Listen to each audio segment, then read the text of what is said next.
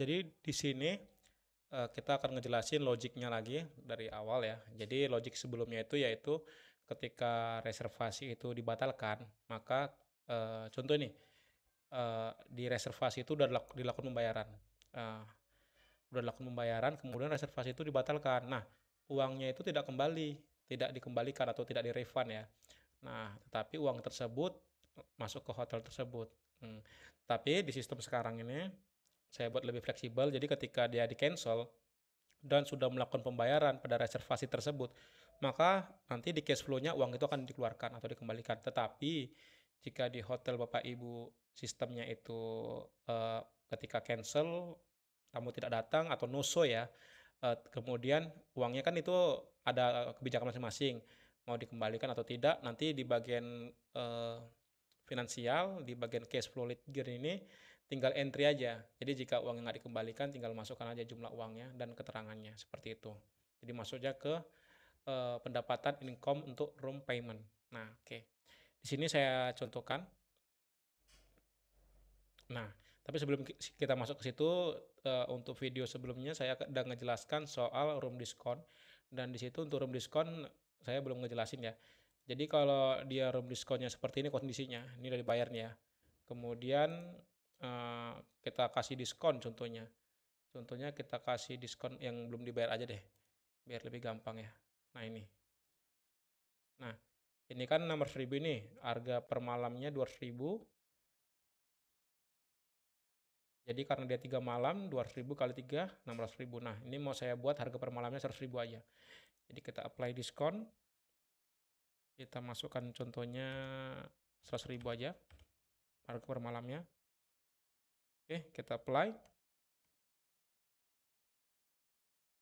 dan berubah dia harganya 300.000. Nah, ini kan untuk di sini kondisinya diskon ini kan dia bakal menyesuaikan sama harga kamar per malamnya. Jadi kan kamar tadi kan harga 200.000 jadi 100.000, jadi per malam 100.000 dikali 3, jadi 300.000. Nah, kemudian jika kondisinya ada terjadi perubahan kamar atau transfer room, di sini ya transfer room ya, ini kan 300.000 ya. Nah, transfer room, contoh saya rubah lagi ke kamar dengan harga hmm, harga yang saya buat yang harga 200.000 aja ya. Nah, kemudian ada alasannya AC rusak. Nah, jadi ketika dia transfer room atau pindah kamar, otomatis diskon tadi itu akan reset ya atau hilang ya. Jadi dia akan ngikutin harga baru kamar tersebut. Nah, seperti ini. Jadi itu di situ ya. Oke. Itu simple aja balik ke belakang ya. Balik ke belakang soal masalah room diskon. Nah, kita akan masuk ke bagian apa ya? Ke bagian tadi ke bagian oh iya, batal ya. Sorry sorry saya lupa. Oke, dashboard. Nah, di sini kita cari aja yang statusnya masih confirmed ya. Ada nggak ya? Nah, ini masih confirmed 100.000 ya. Nah, dan sudah dibayar. Jadi kalau kita cancel ini, maka otomatis ini berubah jadi cancel, bukan lunas lagi. Nah, kalau jika kondisinya belum dibayar, maka tidak ada dana yang dikembalikan karena kan memang dia belum belum melakukan payment. Tapi kalau jika sudah melakukan payment kemudian dibatalkan, maka otomatis akan ada uang yang keluar. Nah, coba kita lakukan cancel. Kita buka dulu yang di bagian report ya, biar lebih kelihatan ya cash flow-nya. Nah, di sini masih kosong ya, belum ada. Jadi pendapatan dari kamar ini otomatis sudah dapat ya, ini udah masuk uangnya. Kalau kita cek, nah ini dia 100.000 sudah masuk dananya. Jadi dananya ini kalau di cancel akan keluar.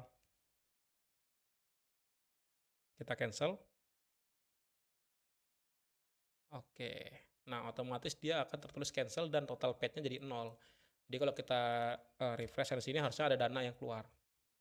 Expand ya. Nah, ini dia. Refund for cancel untuk invoice ini dengan tamu namanya ini refund amount sebesar refund ya, refund uangnya sebesar 100.000. Dan siapa yang buat? Nah, ini saya sendiri, usernya. Nah, jadi otomatis untuk reservasi ini yang awalnya dananya sudah masuk, jadi ketika di cancel maka dananya dikeluarkan lagi. Tetapi jika kebijakan di hotelnya berbeda, jika dananya sudah masuk atau tidak dikembalikan sama sekali, nanti tinggal dibuka di bagian finansial, cash flow, nanti tinggal di input saja dananya tersebut. Nah, Kita buka seperti ini ya.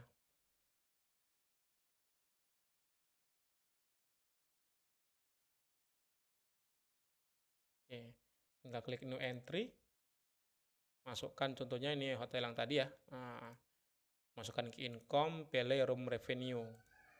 Nah, kemudian masukkan aja yang 100.000 tadi tuh, 100.000. Oke, tanggal ini terus masukkanlah keterangannya seperti yang biasa dibuat ya di bagian report ya. Biar gampang itu contohnya tadi kita ngop yang ini contohnya. Nah, room payment ini kita kopikan aja lagi, masukkan ke sini. Room payment input, nah ini dia. Jadi nanti ketika kita save,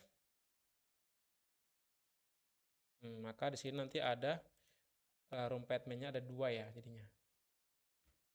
Nah, ini dana yang apa namanya tadi, dana yang dibuat sama si Ali yang otomatis, yang auto entry, dana yang udah masuk terus dikeluarkan. Kemudian kebijakan hotelnya ternyata kalau dana sudah masuk, dananya untuk hotelnya, jadi tidak ada refund ya contohnya. Maka di sini tinggal dimasukkan aja lagi kayak seperti tadi. Nah, seperti itu. Jadi dia menyesuaikan. Nah, oke. Untuk logic sistemnya untuk yang aula pun, booking aula pun seperti itu. Jadi ketika terjadi bookingan dan bookingannya itu nggak jadi contohnya ya.